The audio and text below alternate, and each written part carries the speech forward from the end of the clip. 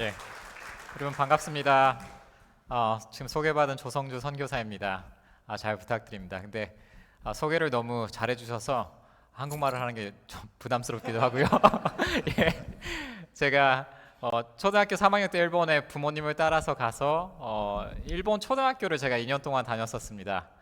그리고 나서 이제 선교사 자녀 학교 동경에 있는 영어로 다 교육을 받는데요. 거기서 5학년 때부터 쭉 교육을 받았습니다. 그래서 거기 고등학교 마치고 미국의 대학교와 신학교를 갔는데 그래서 한국말을 가끔 하다가 제가 어른이 돼가지고 한 4년 정도 한국에 다시 돌아가서 살았었어요. 그래서 한국말이 다시 많이 돌아오고 조금 더 발전이 있었는데 제 한국말이 많이 잘한다라고 하시면은 아마 제 아내 덕분이 아닐까 싶습니다. 제 아내랑 한국 사람이랑 결혼을 해서 좀 더 한국어가 낮았는데 오늘도 말 실수할 수도 있어요. 미국 와가지고 또 영어로 설교하다가 갑자기 또 한국말로 스위치하니까 뇌가 쫓아가지 못합니다 요즘에. 그래서 여러분 잘 이해해 주시고요. 오늘은 제가 일본 선교에 대해서 제가 현지에서 어떤 사역을 하고 있느냐를 나누고 싶은데요. 그 전에 제가 일본 여러분들 중에 일본을 잘 아시는 분들도 계시겠지만 일본에 대해서 그리고 기독교가 어떻게 일본에 퍼지고 있는지 전혀 그런 거에 대해서 알지 모른다 하시는 분들도 계실 것 같아요. 그래서 제가 함께 그런 것을 여러분들과 함께 나누길 원합니다. 자, PPT를 준비했는데요. 먼저 이 부분을 볼게요. 자, 배경부터 조금 소개를 하도록 하겠습니다. 일본에는 지금 1억 2,500만 명의 사람들이 살고 있어요. 근데 많다고 생각하시죠? 매년과 지금 10년 안에 200만 명 정도가 줄었습니다. 그래서 앞으로는 10년 동안에 또 200만씩 줄어가면 굉장히 100년 안에는 일본 인구가 위기가 되지 않을까라는 상황인데요. 지금 보시는 사진이 동경, 배경으로는 후지산이 보입니다. 일본을 상징하는 산이죠. 이렇게 보면은 전 총리였던 아베 총리의 사진이 있는데요. 아이들과의 사진이 이렇게 있습니다. 어떻게 보면 일본이 굉장히 아까 볼 수 있는데 굉장히 평화로운 나라이기도 합니다.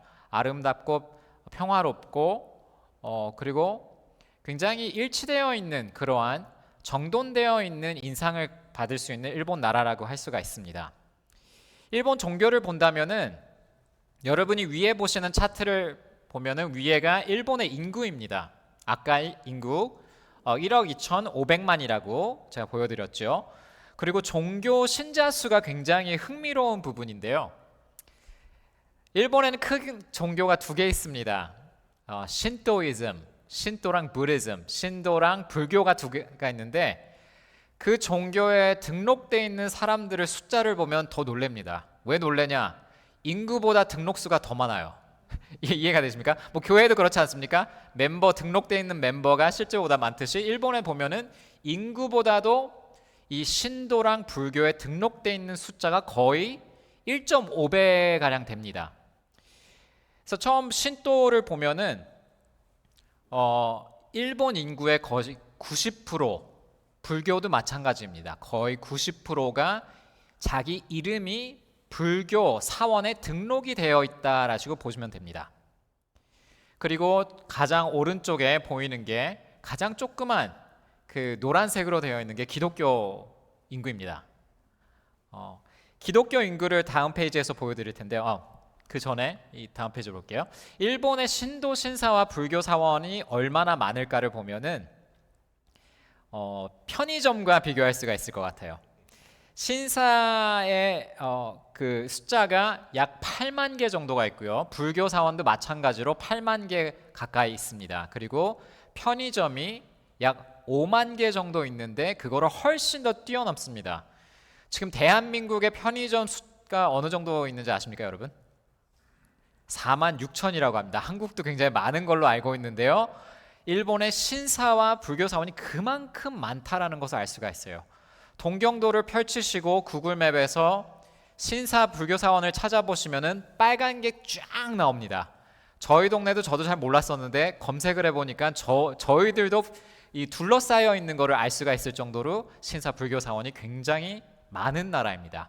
그래서 그런 굉장히 미신들도 많은 나라가 일본이죠. 일본 기독교 통계를 함께 보도록 하겠습니다. 교회 숫자가 매년 줄고 있어요. 굉장히 안타까운 사실인데요. 7,468개가 작년에 나온 통계입니다. 원래는 10년 전에는 저희들이 기독교 교회가 8,000개 정도 있다라고 했었거든요. 근데 계속 목회자 수도 줄고 교회 수도 줄어가지고 지금 한 7,500개 정도가 있다라고 할 수가 있고요. 매주 한 교회에 출석 예배를 드리는 교인들의 숫자는 35명입니다. 그리고 평균 세례자 숫자는 매년 교회당 0.55명으로 나와 있어요. 통계가 나왔습니다. 근데 전체적으로 이렇게 둘러봐서 교단별로 통계를 보면은 평균 3년에 한 명이 나오는 게 거의 평균적이다라고 볼 수가 있습니다. 그래서 굉장히 세례를 받는 사람이 귀하다라고 볼 수가 있는 현실입니다. 개신교인 수를 다 따지고 보면 53만 명 정도가 있는데요. 교회당 따지면은 출석 인원보다도 더 많은 71명이고 일본 인구의 0.4%입니다. 그래서 저희들이 일본 기독교 숫자를 말할 때 액티브한 크리스천, 액티브 크리스천 교회에 다니고 신앙생활을 하는 사람들의 숫자는 약 25만에서 30만 정도가 있다. 일본 전체의 0.2%입니다. 여러분 상상이 되십니까?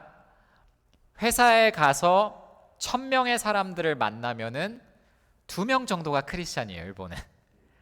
학교에 1,000명 학생들을 만나면 2명 정도가 교회를 다니는 성도라고 볼 수가 있습니다. 그렇기 때문에 실제로는 이 숫자보다도 현실을 느끼는 거에 있어서는 굉장히 기독교인이 적다라는 것을 볼 수가 있습니다. 일본인 목회자 목사님들을 보면은 9,200명이 있고 외국인으로서 섬기는 저 같은 사람이 목사가 또 400명 가량 있다라고 알려져 있습니다. 그리고 기독교 개신교회에 있어서 성장률은 지난 20년간의 마이너스 4% 성장, 매년 같이 조금씩 줄고 있는 나라가 일본입니다.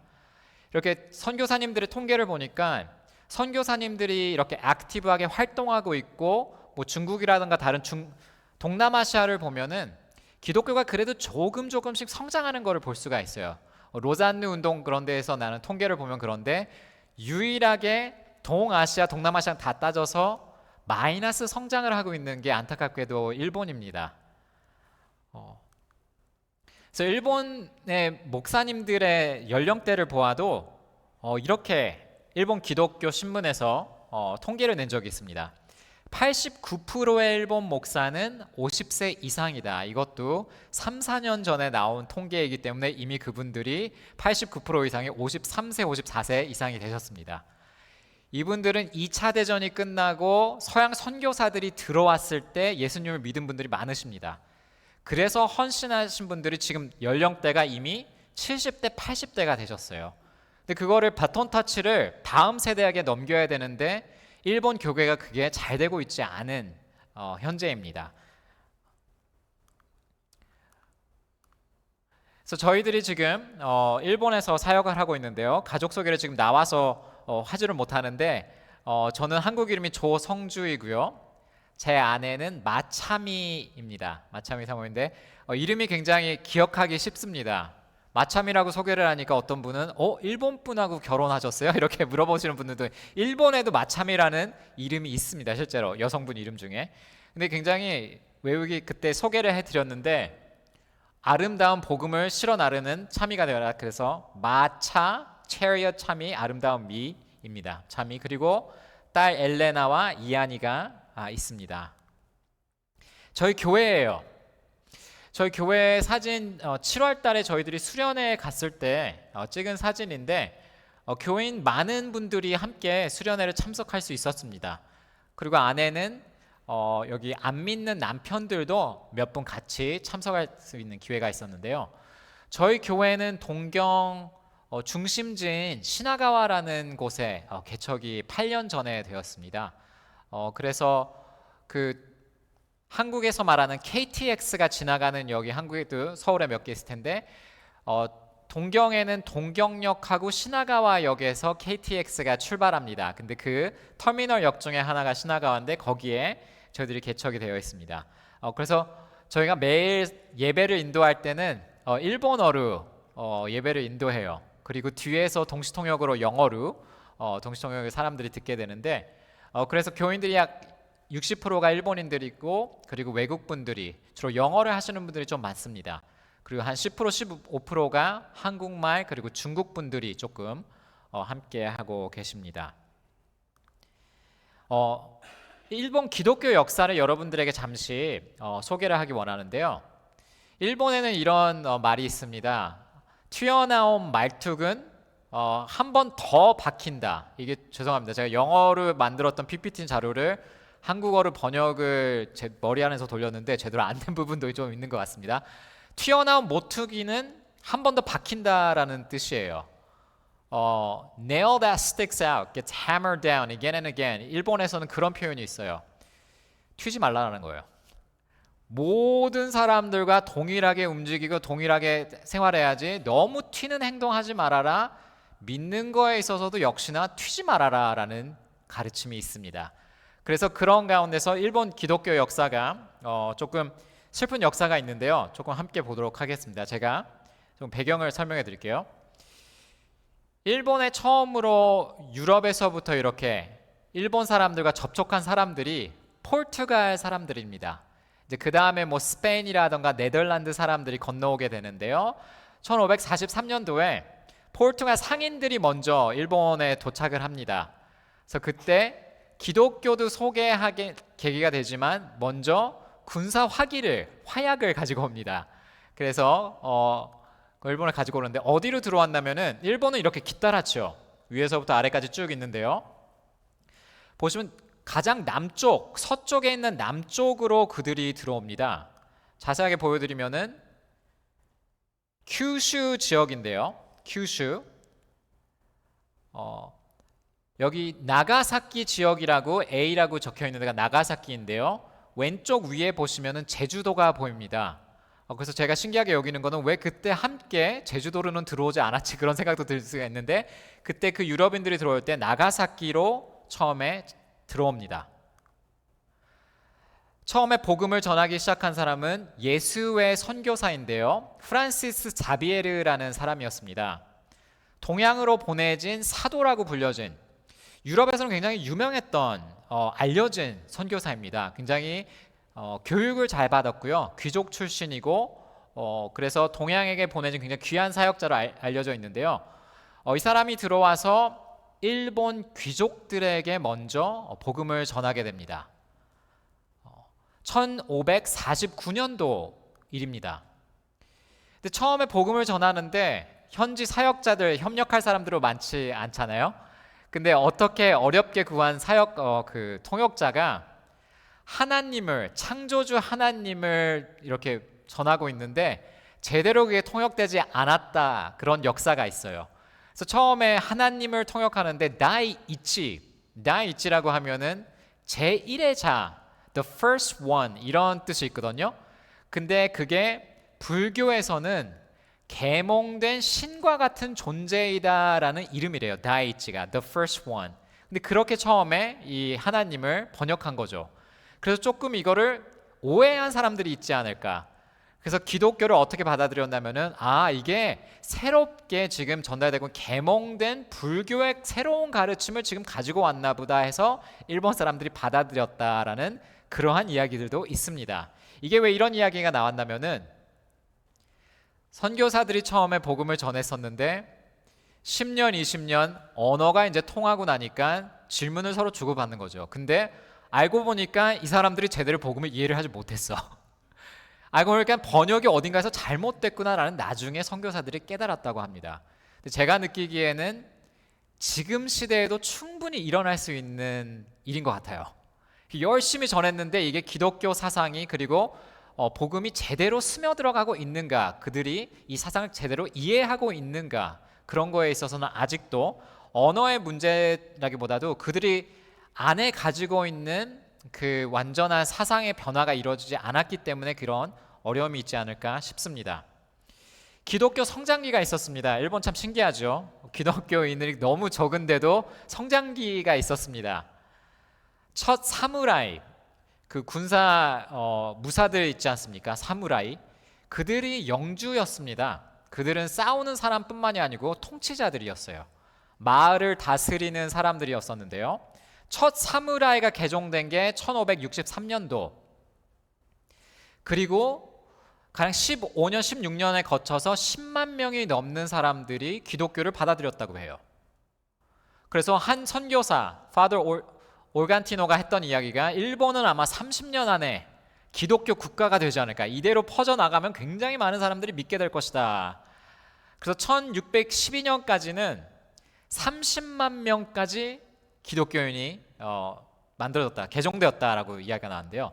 그 당시 인구를 찾아보면은 1200만 밖에 안 됩니다, 일본이. 그럼 이게 얼마 정도인지 아십니까? 인구의 2.5%가 벌써 기독교를 믿었다는 거예요.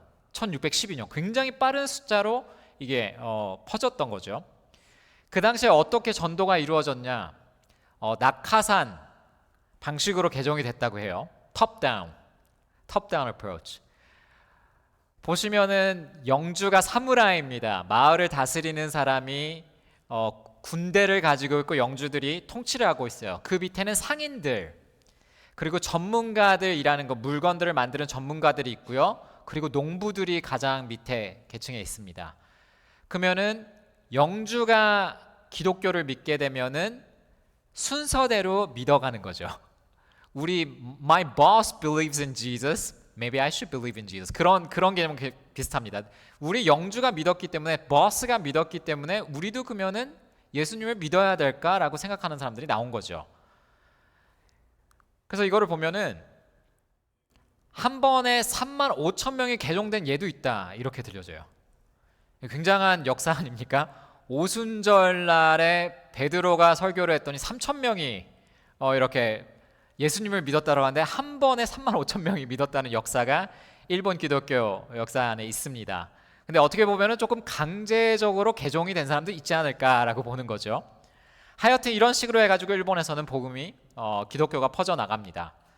근데 영주들은, 이 사무라이들은 왜 선교사들을 그렇게 환영했을까라고 보면은 여러 가지 이유가 있었습니다.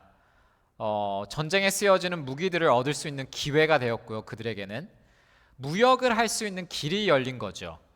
그리고 해외와의, 유럽과의 접촉점이 생겼기 때문에 영주들은 적극적으로 선교사들을 도왔답니다. 보호하면서.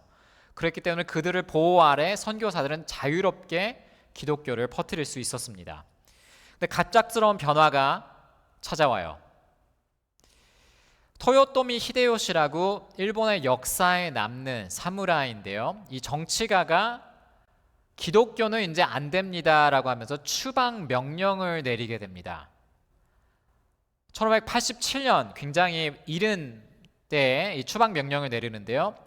모든 선교사는 즉시 일본에서 나가주십시오. 20일 안에 나가주십시오라고 리퀘스트를 하죠.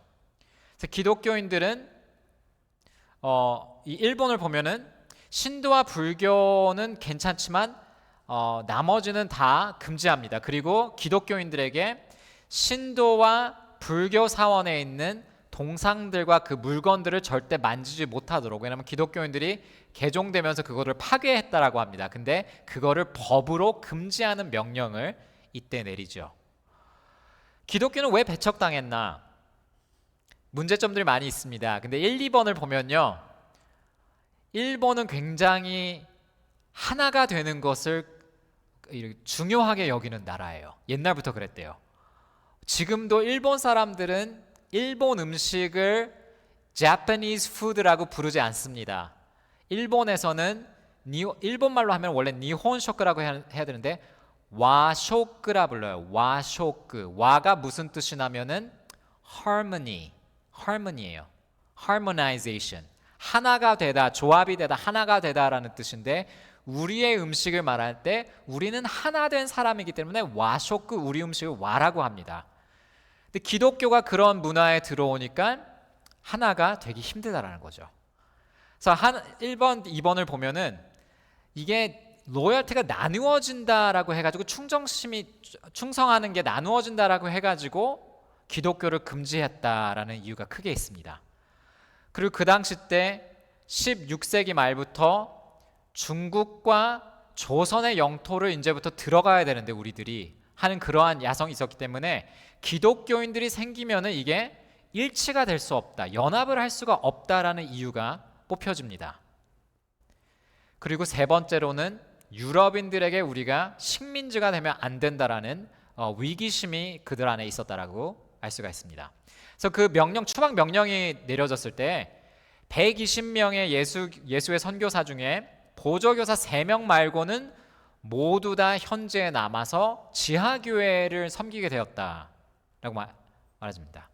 그래서 그들이 바로 멈춘 게 아니고 나라의 법을 어겨서라도 계속해서 사역을 했던 것을 알 수가 있습니다. 근데 한 가지 이 사건이 벌어지는데 1596년에 스페인 배가 일본에 폭풍 때문에 이렇게 잠시 머물게 된 배가 있습니다. 스페인 배. 근데 스페인이 산펠리페 갈레온 배가 오는데 일본에서 기독교인들을 굉장히 경계했던 시점에 이들이 일본에 도착합니다. 그래서 굉장히 안 좋은 취급을 받은 거죠, 일본 사람들한테. 그러니까 이 스페인 상인들이 무슨 이야기를 했냐면은 우리 스페인 국가가 너희들을 점령하러 올 것이다, 식민지로 삼으러 올 것이다, 그런 이야기를 했어요 이때. 그러니까 일본이 이 말을 듣고 뒤집힌 거죠. 다음에 보면은 바로 다음 연도에 어떤 일이 벌어지냐면은 일본 정부가 4,000명의 기독교인들의 명단을, 이 블랙리스트를 만듭니다. 그래서 우리가 어떤 사람들을 감옥에 놓고 사형해야지 기독교가 죽을 건가, 유럽인들을 다 내쫓을 수 있을까. 그래서 4,000명의 리스트에서부터 마지막 24명까지 그 리스트를 줄인다고 합니다. 그래서 이 26명의 순교자가 나왔을 때가 그 한 해가 지나서 산펠리페가 도착하고 1년이 지나서 이 일이 있었는데, 지금 나가사키에 가보면은 이러한 동상들이 벽에 26명의 순교자 동상이 있습니다. 보시면은 어린 아이들도 있어요. 이때 블랙리스트가 되어가지고 마지막에 24명이 그 리스트에, 사형 선고를 받은 리스트에 들어갔고요. 그리고 보면은 행진 중에 그들을 도왔던 사람들도 2명이 추가로 포함이 됩니다. 근데 그 중에는 12살 아이도 있었다라고 알려져 있습니다. 그들이 이 사형을 당할 때에는 오른쪽 귀가 베어졌다라고 해요. 그리고 그냥 처형한 것이 아닙니다. 가장 그 당시에 큰 도시들, 교토, 오사카, 사카이 지역을 700km를 그들이 걸어야 했대요. 그 파레이드 행진을 하면서 우리는 기독교인들이기 때문에 이렇게 사형을 당하는 것입니다, 온 세상에다 알리는 거죠. 어떻게 보면 로마가 십자가형을 쓴 것과 같이 굉장히 비슷하게, 유사하게 이 사형을 하게 됩니다. 그래서 십자가형과 더블 스피어스 해가지고 더블 청으로 이들이 사형을 받게 됩니다. 지금도 가면은 나가사키에 이 동상들을 볼 수가 있습니다. 근데 그때 순교자들의 모습을 보고 기록된 내용들이 있는데요, 어떻게 보면 우리에게는 굉장히 도전을 주고 굉장히 은혜를 주는 그러한 모습들인데, 그들은 사형 장소에 도착하자마자 각자의 십자가를 기쁨으로 끌어안고 그들의 운명을 환영하는 듯 보였다, 그거를 목격했던 사람이 기록했다라고 합니다. 그리고 그 순교한 사람 중에는 스페인 선교사 페드로 바티스토라는 사람이 있었는데, 그가 이렇게 이야기를 했대요. 나는 그리스도를 위해 죽을 수 있다는 것이 하나님께서 나에게 주신 가장 큰 선물이라 여긴다 하고 순교를 했다라는 거죠. 그래서 그들이 굉장히 끝까지 믿음을 지키고 이 세상을 떠났다라는 것을 알 수가 있습니다. 그 당시에는 순교가 굉장히 미화되었던 부분도 있다라고 하는데요, 4,000명이 넘는 사람들이 그 사형장을 찾아와서 그거를 봤다라고 해요. 순교자들이 가지고 남겼던 유적들을 서로 가지고 가려고 했던 그러한 모습들도 있다라고 합니다. 그리고 그들의 신앙을 따라서 우리도 기독교인이 되고 싶습니다라는 사람들도 나왔다라고 알려져 있어요. 그래서 어떻게 보면 이때 사형이 박해가 아무 효과가 없었다, short term으로 보면은 짧게 보면은 그 효과적이지 못했다라고 볼 수가 있는데요. 이때가 16세기 말인데 10몇 년가량 계속해서 기독교인들이 늘어나는 역사를 볼 수가 있습니다. 그래서 이때부터 숨어있는 기독교인들 시대가 시작되는데요. 교회나 신학교들이 다 파괴가 되고 모든 기독교인은 지하교회로 가게 됩니다.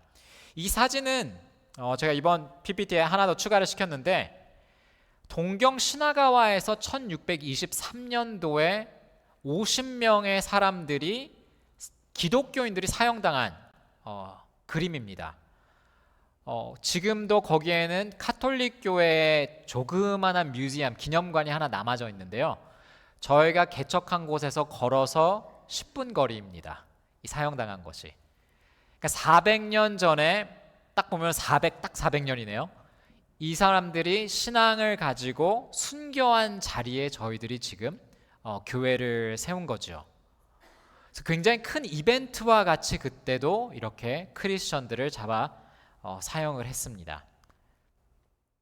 스케일이 큰 것을 볼 수가 있어요. 유럽에서 포르투갈에서 강제적으로 그 종교 신문을 했던 그 Spanish Portugal Inquisition으로 알려져 있을 때 보면은 강제 개종을 시켰고 고문했다라는 그때가 1775명을 처형했다라는 역사가 있는데요. 그거랑 비교해서 일본 기독교 역사를 보면은 4,000명 이상 기록에 남아 있는 사람들이 목숨을 잃었다라고 알려져 있습니다. 굉장히 아이러닉하지 않습니까? 일본이 기독교인이 그렇게도 없는데 많은 순교자들이 삐가 뿌려져 있는 나라가 일본이다라는 것을 또 알 수가 있어요. 굉장히 아이러닉하죠. 또 한 가지 역사에 남는 일이 일본에서 있습니다. 1628년부터 시작되는 제도인데요. 이게 100년이 넘게 이어졌던 제도라고 합니다. 어떤 제도냐면은 기독교는 이제 금지된 종교였기 때문에 기독교인들이 숨어 있는 곳에 정부가 경찰을 보냈대요. 경찰을 보내서 1년에 한 번씩 어떤 세레모니, 어떤 의식을 했냐면은 모든 마을 사람들을 다 줄 세워놓는 거죠. 그래서 예수님의 그림을, 이 실제 쓰여진 그림입니다. 이게 후미에라고 불려져요. 집어 밟히는 그림이기 때문에 후미에, 밟히는 그림이다 해가지고 후미에입니다. 예수 그리스도의 그림을 여기다 얹어놓고 한 명 한 명씩 너희들이 기독교인이 아닌 것을 증명하여라 라고 해요. 여러분 상상이 되세요? 다 지하교회 교인들이 뻔한데 이 동네는 다 가꾸레 크리스찬, 숨어있는 기독교인들을 가득 차 있는 동네인데 폴리스맨이 와가지고 하라는 거죠. 매년 안 하면 어떻게 합니까? 감옥에 갑니다. 가족 멤버가 안 하면 어떻게 하면 가족 다 모조리 감옥에 가서 수사를 받습니다. 쉽지 않아요. 그리고 동네 사람들끼리도 누가 가꾸레 크리스찬인가 숨어있는 기독교인인가 서로 이렇게 서스피션을 가지고 봐야 되는 게 이때 시대라고 불려집니다. 그래서 이거를 가꾸레 숨어있는 기독교인들이 매년 해야 됐던 나가사키 지역이나 큐슈 지역에는 굉장히 많습니다. 믿음에 어떻게 보면은 가책을 늘 느끼면서 내가 주님을 짓밟고 신앙생활을 하고 있는 사람이구나라는 것을 죄책감을 가지고 오랫동안 아마 이 사람들은 신앙생활을 했을 거예요. 근데 이게 살아남기 위해서는 어쩔 수 없이 할 수밖에 없었던 것이죠. 그래서 나중에 엔도 시우사크라는 사람이 그 침묵이라는 책을 썼을 때에도 거기에 나오는 게 이 유명한 후미에라는 게 거기에서도 나옵니다. 다양한 고문이 있었대요. 말도 할 수 없는 그 유명한 감옥, 누울 수 없는 감옥, 서 있을 수밖에 없는 감옥에 35명, 40명이 넘는 거죠. 그래서 거기서 한두 명씩 계속 죽어간답니다. 거기에 2년 넘게 있었던 선교사도 있었다라는 말이 있어요. 상상을 초월하는 구덩이에 넣어주는 감옥, 120도 이상 끓고 있는 온천물에 받는 고문, 말도 할 수 없는 그러한 고문들이 역사에 남겨져 있습니다. 그리고 기독교인들이 가장 많았다고 불려지는 3만 7천 명 정도가 있었던 하라성, 아사쿠사 시로라는 사람이 그 당시 리더였는데 이 기독교 마을이 마지막에 무너지는데 굉장히 상징적인 사건이었던 것 같습니다. 그래서 이제는 기독교 세력이 일본에서는 뿌리가 뽑혔다라는 지점이 이때입니다. 1638년인데. 그래서 거의 지화교회 활동밖에 못했기 때문에 18세기, 19세기에는 기독교에 관련한 기록이 거의 남아있지가 않대요. 그래서 어떤 활동을 하고 있는지 거의 모르는 역사가 있습니다. 250년 동안 이렇게 기독교가 금지되었던 나라인데, 그랬기 때문에 사람들에게는 자연스럽게 기독교인들에 대한 그러한 그들을 수상하게 보는 눈이 생겼다라는 역사가들도 굉장히 많습니다. 그때부터 안 되는 종교 찍힌 거죠. 근데 그게 세월이 흘러도 안 되는 종교인데 라는 게 어딘가에 박혀있는, 그럴 수 있다라고 보고 있습니다. 근데 미국이 이제 1853년도에 다시 미국이 접촉을 맺으면서 다시 한번 기독교가 되살아나기 시작하는데요. 1870년대부터는 기독교가 차차 회복을 하기 시작합니다. 그리고 메이지 시대에는 서양 문화를 일본에서 받아들이자라고 했기 때문에 기독교도 배울 게 있구나 해가지고 많은 일본의 지식인들이 기독교를 받아들이기 시작했다라고 해요. 그래서 그 중에서는 굉장히 많은 사상가들도 있는데요. 그래서 각굴에 숨어있던 크리스찬들이 다시 나오기 시작해요. 큐슈 지역의 나가사키를 보면은 5, 6만 정도의 숨어 있었던 기독교인들이 다시 이제 교회가 세워지니까 나오기 시작했다. 그래서 그 짓밟히는 그림, 예수 그리스도가 짓밟힌 장소에 그들이 교회를 하나 세웁니다. 우라카미 예배당을 세우는데요. 이게 굉장히 아이러니한 역사가 있는데, 거기에 예배당을 세웠는데 2차 대전 때 우라카미 나가사키에 있는 이 교회가 원자폭탄이 떨어져 가지고 피복됩니다.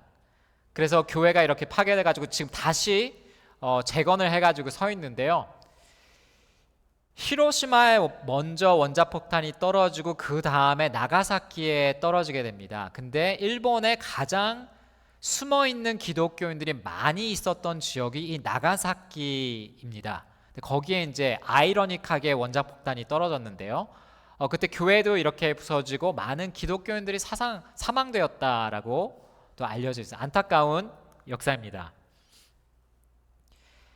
여기까지는 제가 많은 기독교 역사를 굉장히 빠른 스피드로 여러분들에게 나누어 주었어요. 근데 기독교가 왜 지금은 금지된 종교도 아닌데 왜 안 퍼지고 있습니까? 저희들도 굉장히 궁금하게 여기는 부분이기도 한데요. 일본 사람들과 전문가들하고 그리고 일본 사역자들과 이야기를 나눠보면은 여러 가지 이유가 있다, 여러 가지 multiple factors가 있다라고 이야기를 하는데, 현재 근대사로부터 뭐가 그렇게 걸림돌이 되는 것인가, 몇 가지를 제가 소개를 해드릴게요. 첫 번째로는 집단 수능. 아까 말씀드렸던 것과 같이 우리는 연합이 되어야 된다. 튀는 모퉁이가 되지 말아라 라고 일본은 말하기 때문에 하나가 되는 거를 기독교인들도 애써줘라 라는 그러한 국가의 리퀘스트가 있는데요.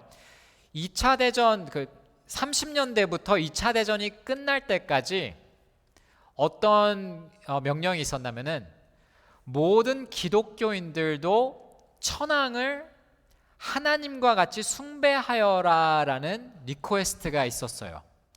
이거는 일본이 점점 이렇게 영토를 넓히면서 유럽 국가들이 왜 강해졌느냐, 미국이 왜 이렇게 강할까 연구를 했어요. 유학생들을 보내가지고 연구를 했더니 기독교를 믿는구나, 하나님을 통해서 이렇게 연합이 이루어지는 거라를 알아냈대요. 그래서 그들이 일본에 돌아와서 어떻게 했냐면은 우리도 우리의 하나님이 필요하지 않느냐, 그래서 천황을 점점 신과 같은 존재로 만들어 갑니다.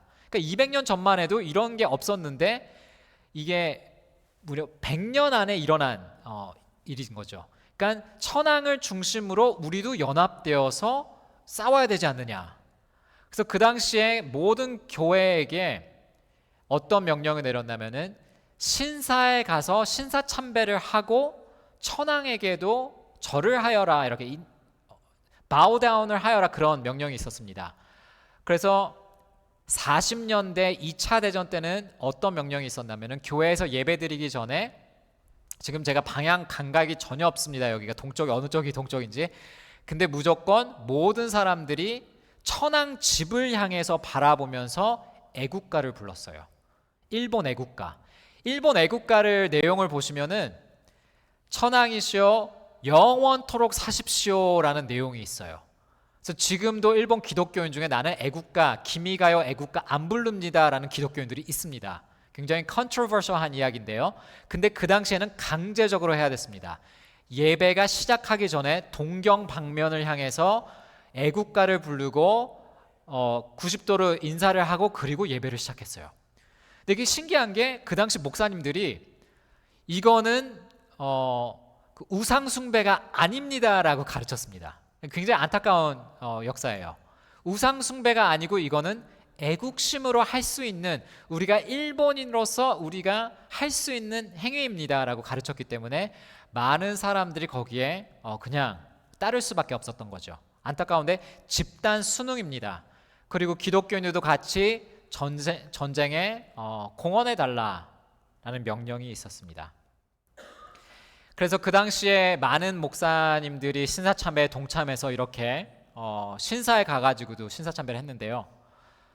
태평양 전쟁은 우리는 하나님을 위해서, 하나님 나라를 확장시키기 위해서 싸우고 있는 것입니다라는 것을 일본 국내에서 가르쳤습니다. 이게 그러니까 얼마나 혼란스럽습니까?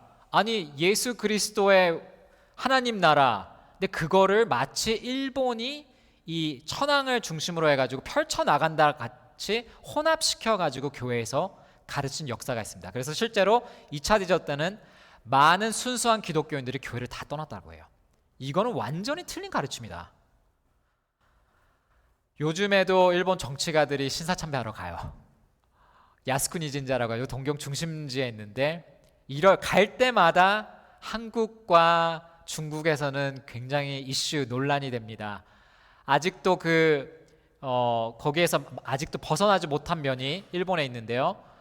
일본 교회들은 1960년대에 거의 대부분이 회개를 했습니다.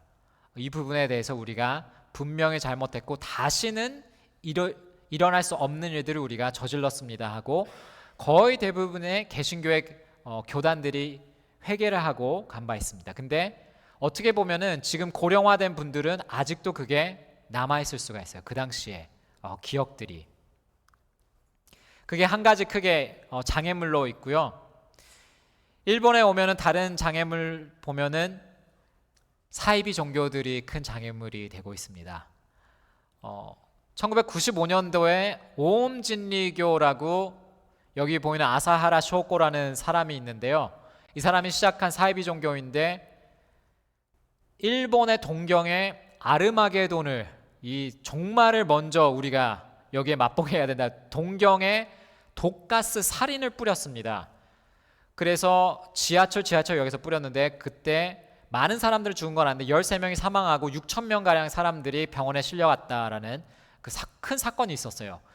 근데 이 사건 이후로 일본 미디어가 2년에서 3년, 더 길었던 것 같아요. 저는 아직도 기억합니다. 제가 중학생 때 일어났던 일이라 그날 밤 늦게까지 지하철이 멈춰 있었기 때문에 제가 학교에서 집을 못 간 날이에요. 근데 사이비 종교에 대해서, 이 위험성에 대해서 3년 4년을 미디어가 다루고 나니까 일본 사람들의 마인드 안에 어떤 의식이 생겼냐면은 맞아 너무 열심히 신앙생활하는 사람 다 위험해 라는 그런 생각이 자리 잡히기 시작했어요. 그래서 열심히 있는 신앙인들을 다 수상하게 보는 사회가 만들어졌습니다. 90년대부터.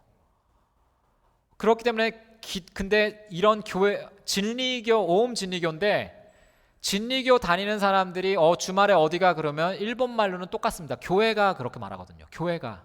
그러면 일본 사람들이 기독교에 대한 지식이 없으니까 교회가 그러면 어떻게 듣습니까? 이 사람들도 교회 다니는 기독교인인가 보다. 오음 진리교하고 기독교 교회하고 구별을 잘 못하거든요, 일본 사람들이. 그렇기 때문에 모든 사이비 종교, 조그만 종교들은 다 비슷비슷하다, 위험하다 그렇게 받아들입니다. 작년이었던가요? 전 아베 총리가 갑작스럽게 세상을 떠납니다. 이 뒤에 있는 사람이 범인인데요. 범인의 지금 42세 된 범인이었는데 어머니가 통일교에 굉장히 열심히 있었던 분이에요. 통일교에서 일본 돈으로 1억 엔, 1 million 이상을 헌금을 하셨다는데 그 살해한 사람의 범죄자는 돈이 없어서 대학교도 못 마쳤대요. College dropout. 그리고 통일교에 대한 분노가 있었던 거예요. 분노. 근데 전 아베 총리가 통일교에서 여러 가지 행사들을 하는데 거기에 뭐 이렇게 어떻게 돈을 받았는지 모르겠는데 참석을 조금 한 거죠. 통일교 그 차리티 행사 같은 거에.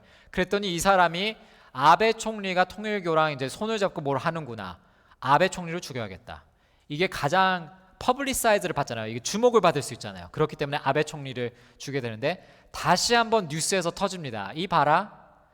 사이비종 이런 종교 때문에 사회 이게 무너지고 있고 위험성이 너무 높다. 그래가지고 우리의 마을의 주변 사람들을 봐도 눈빛이 약간 그런 뉴스들이 터지면은 눈빛이 달라집니다. 교회 올래? 행사 올래요? 우리 이벤트에 크리스마스 올래요? 그러면은 경계심이 훨씬 높아진 거를 느낄 수가 있어요. 근데 연달아 이런 일이 일본에서 발생이 되는 거죠. 그래서 그러한 근대사를 보면은 장애물들이 일본에는 남아 있습니다. 일본 사람들에게 신도와 불교는 자신들이 가지고 있는 문화와 전통의 일부예요. 그렇기 때문에 종교심이 그렇게 많이 없어도 신도랑 불교는 괜찮습니다.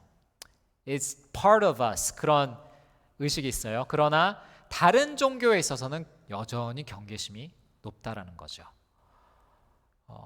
그래서 너도 모르는 사람들과 같은 것을 믿고 살아라. 튀어나는 너무 튀는 행동은 하지 말아라 라는 말이 지금도 기독교인들을 향해서 외쳐지고 있고요. 일본에서는 기독교인이 되면은 불교에 등록되어 있는 이름을 한번 빼야 돼요. 불교 사원에. 일본 사람들은 죽으면 거의 대부분 무덤이 불교 사원 옆에 있는 무덤에 묻어집니다. 근데 장남이 거의 대부분 부모님들이 돌아가셨을 때 그 일을 해야 돼요. 근데 불교 사원에서 자기 이름이 빠지면은 다른 형제에게 그 책임을 물려줘야 합니다. 그래서 장남이 기독교인이 될까 말까를 고민하는 사람이 있어요. 일본에는. 예수님은 진리로 믿겨지는데 이 상황 때문에 저는 기독교인이 될 수가 없습니다. 세례까지는 받을 수 없습니다라는 사람들이 종종 나오기도 합니다. 그리고 뭐 애국가라든지 이런 나는 일본인으로서 너무 갈등이 있기 때문에 기독교를 받아들이기 쉽지 않습니다라고 이야기하는 사람들도 있습니다. 그래서 엔도 슈사카가 한번 이야기했던 게 일본은 늪과 같다. Japan is like a mud swamp.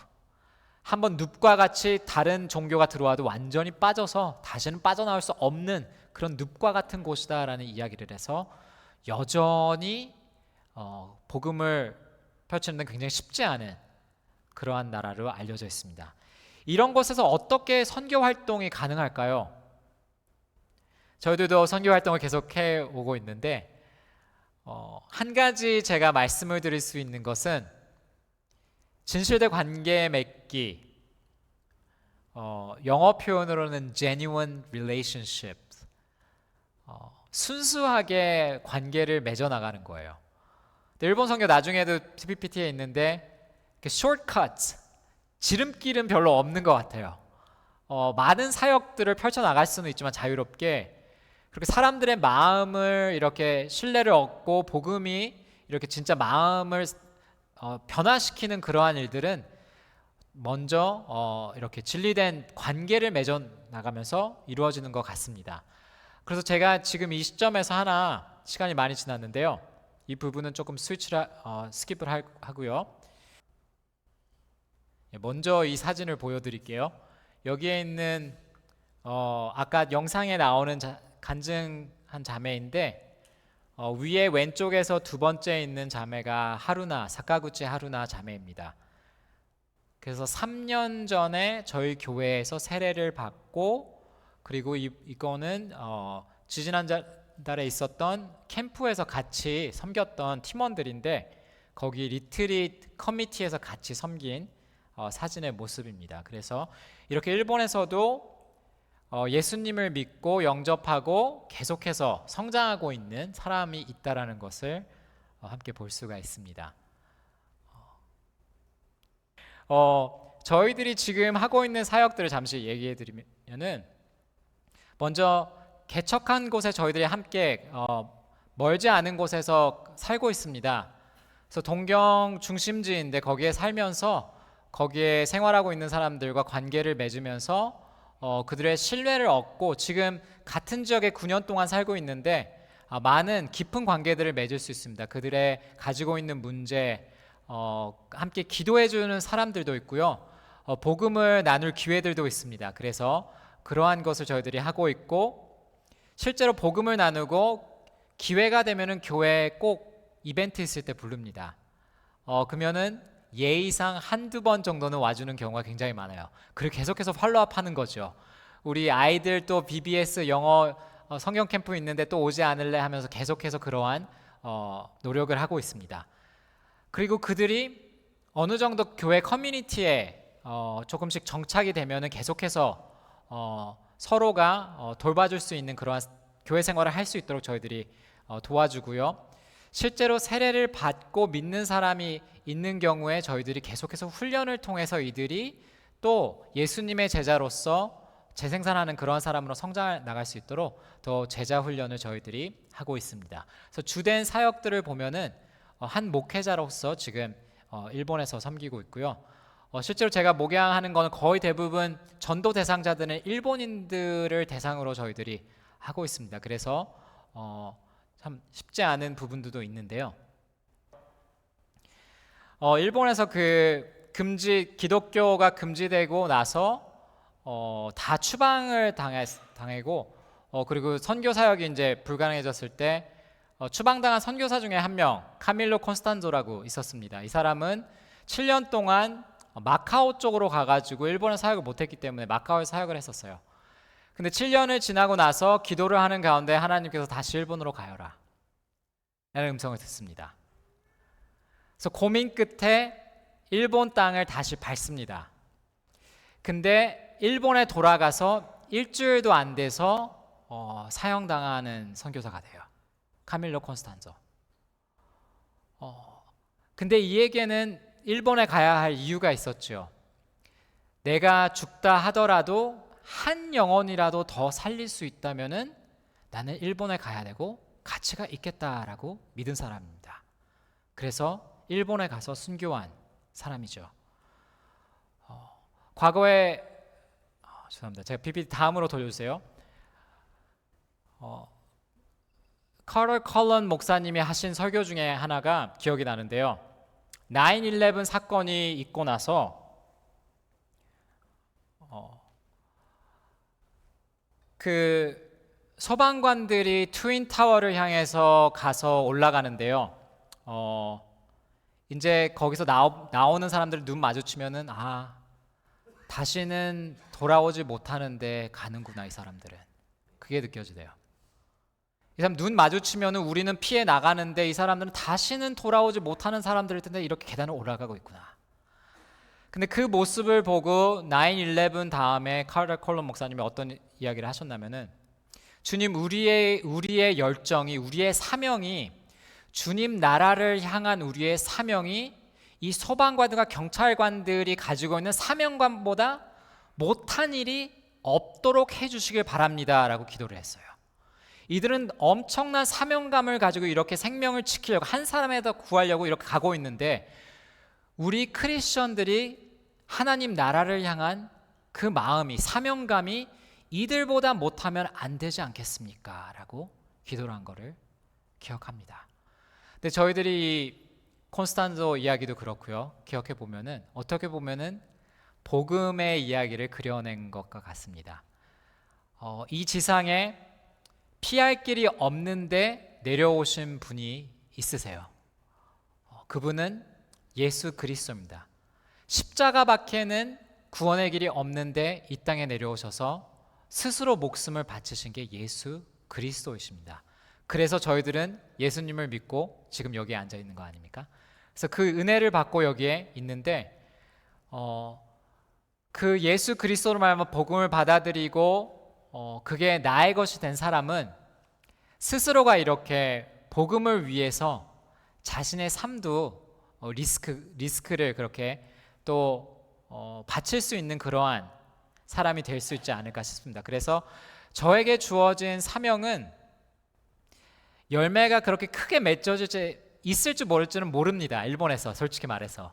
그렇지만 저에게 주신 사명은 분명히 그들을 사랑하면서 그들 안에서 복음을 살아가라라는 사명입니다.